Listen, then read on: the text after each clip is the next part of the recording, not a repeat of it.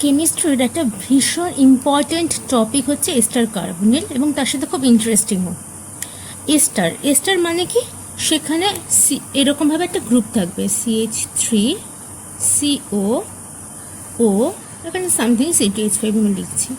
এই যে এই গ্রুপটা থাকা মানে তার নাম হচ্ছে এস্টার। এটা কি ইথাইল অ্যাসিটেট।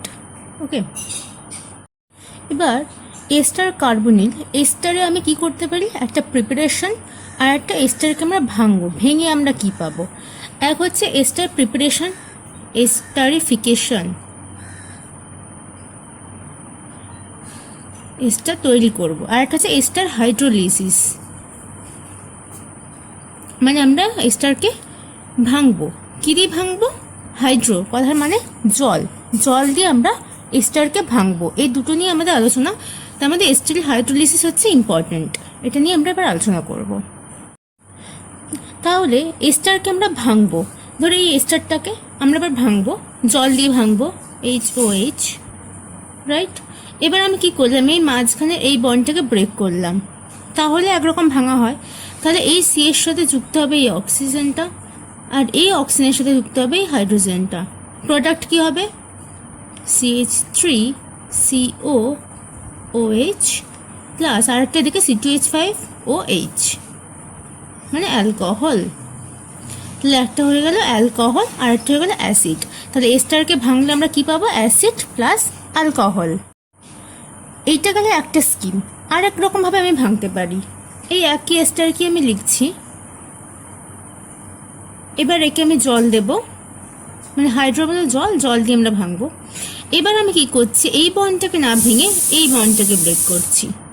তখন কি হবে, এই অক্সিজেনের সাথে লাগবে এই হাইড্রোজেনটা, আর C2H5 এর সাথে লাগবে এই অক্সিজেনটা, মানে তখন এই বন্ডটা ব্রেক করবে। আর এইখানে কি, কোন বন্ডটা ব্রেক করেছিল, এই বন্ডটা, মানে H+OH-, তাই হয়েছে। এবার তাহলে এখানে প্রোডাক্ট কি হবে, CH3COOH প্লাস C2H5OH, এখানেও অ্যাসিড প্লাস অ্যালকোহল। তাহলে প্রোডাক্ট আমার সেম, কিন্তু ভাঙতে আমি পারি দু রকমভাবে, না এই বন্ডটা অথবা এই বন্ডটা, রাইট। তাহলে এর ওপরে ভিত্তি করে আমরা পরের স্টেপে আসছি। এবার এই যে এই গ্রুপটা CH3CO4C2H5, এই গ্রুপটার নাম হচ্ছে অ্যাসাইল, হচ্ছে অ্যাসাইল গ্রুপ। আর এই গ্রুপটা, এই যে এই গ্রুপটার নাম হচ্ছে অ্যালকিল গ্রুপ। একটা অ্যাসাইল গ্রুপ আর একটা হচ্ছে অ্যালকিল গ্রুপ, এই দুটো গ্রুপকেই অক্সিজেন বাইন্ড করে রেখেছে, রাইট। তাহলে এই বন্ডটার নাম হচ্ছে, এই বন্ডটা মানে অ্যাসাইল গ্রুপ আর অক্সিজেন গ্রুপের মাঝখানে বন্ডটার নাম হচ্ছে acyl oxygen bond, acyl oxygen bond. আর অ্যালকিল গ্রুপটা আর অক্সিজেন গ্রুপটার মাঝখানে যে বন্ড, এটা হচ্ছে অ্যালকিল অক্সিজেন বন্ড,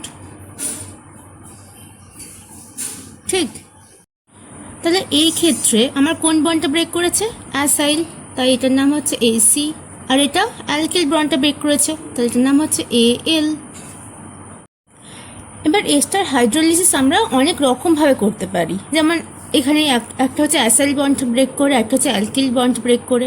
আবার আমি কোন মিডিয়ামে করছি, অ্যাসিডিক না বেসিক, এই সমস্ত কিছুর উপর বেস করে একে আমরা কয়েকটা ভাগে ভাগ করতে পারি। এবার আমরা সেই ভাগে আসি। এস্টার হাইড্রোলিসিসকে আমরা দুই ভাগে ভাগ করতে পারি। ফার্স্ট, কোন মিডিয়ামে করছি তার উপর বেস করে। এক হচ্ছে অ্যাসিড ক্যাটালাইজড আর একটা হচ্ছে বেসিক ক্যাটালাইজড। একটা হচ্ছে acid catalysed and then base catalysed. এবার অ্যাসিড ক্যাটালাইজডের মধ্যে আমি একটা অ্যাসাইল বন্ড ব্রেক করতে পারি, একবার অ্যালকিল বন্ড ব্রেক করতে পারি। তাহলে এর মধ্যে আবার দুটো ভাগ হয়ে যাচ্ছে, একটা হচ্ছে অ্যাসাইল অক্সিজেন বন্ড ব্রেকিং আর একটা হচ্ছে অ্যালকিল অক্সিজেন বন্ড ব্রেকিং। ঠিক একইভাবে বেস ক্যাটালাইজডকেও আমরা দুই ভাগে ভাগ করতে পারি, একটা হচ্ছে অ্যাসাইল অক্সিজেন বন্ড আর একটা হচ্ছে অ্যালকিল অক্সিজেন বন্ড ব্রেকিং, ঠিক। এবার অ্যাসাইল অক্সিজেন বন্ড ব্রেক দুই রকমভাবে করতে পারে, একটা ইউনিমলিকিউলার আর একটা হচ্ছে বাইমলিকিউলার, যেখানে একা একটা মলিকিউল পার্টিসিপেট করবে ইউনিমলিকিউলার, আর একটা হচ্ছে দুটো মলিকিউল একসাথে পার্টিসিপেট করবে, সেই মেকানিজম সেটা হচ্ছে বাইমলিকিউলার। তাহলে এইটা দুভাগে ভেঙে যাচ্ছে, একটা হচ্ছে ইউনিমলিকিউলার আর একটা হচ্ছে বাইমলিকিউলার। ঠিক একইভাবে এটাও দুটো ইউনি বাই, এবং এইগুলো দুটো ভাগে ভাগ হচ্ছে, ইউনি বাই মলিকিউলার আর কি, আর এটাও দুই ভাগে, ইউনিমলিকিউলার অ্যান্ড বাইমলিকিউলার। এবার লেখার সময় এত বড় করে লেখা তো প্রবলেম, তো এটাকে আমরা ছোট করে লিখব কিভাবে?